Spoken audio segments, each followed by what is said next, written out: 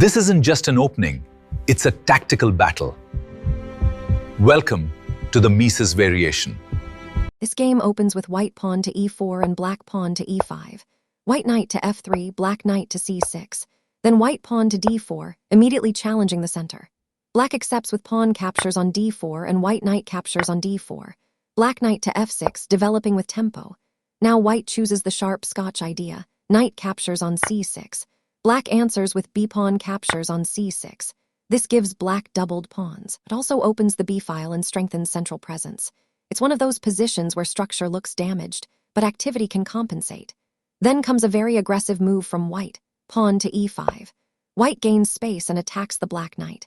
Black responds with queen to e7, a clever move, pinning the e5 pawn and preventing it from freely advancing further. White queen to e2, and black knight to d5, landing on a strong central square. Then white pawn to c4, gaining more space and trying to push black back.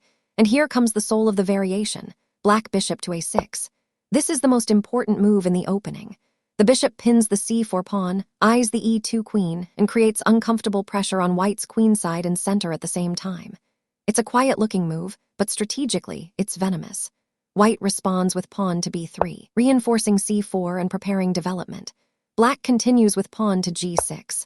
White develops with bishop to b2. Black answers with bishop to g7. White plays pawn to g3, preparing the fianchetto, and black calmly castles kingside. Now both sides are developed, but black's plan is becoming clear. White bishop to g2, and then black rook to e8. This rook move is very important. Black is not just developing. Black is building direct pressure against the e5 pawn and taking control of the e-file. White also castles kingside, but black strikes immediately with bishop captures on e5.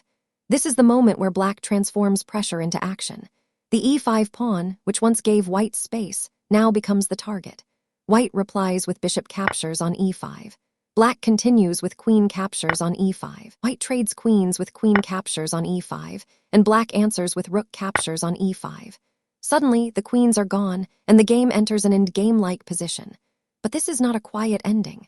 Black's rook is active, black's knight is centralized, and the open e-file belongs to black. White may have the healthier structure, but black has the momentum. White tries to challenge this with rook to d1, contesting open lines and looking toward the center. Black responds with knight to b4, a strong, active move. The knight jumps forward, creates threats against c2 and a2, and increases queenside pressure. White develops with knight to c3, trying to hold the position together. And then black continues the plan with rook to e8, doubling down on e-file domination.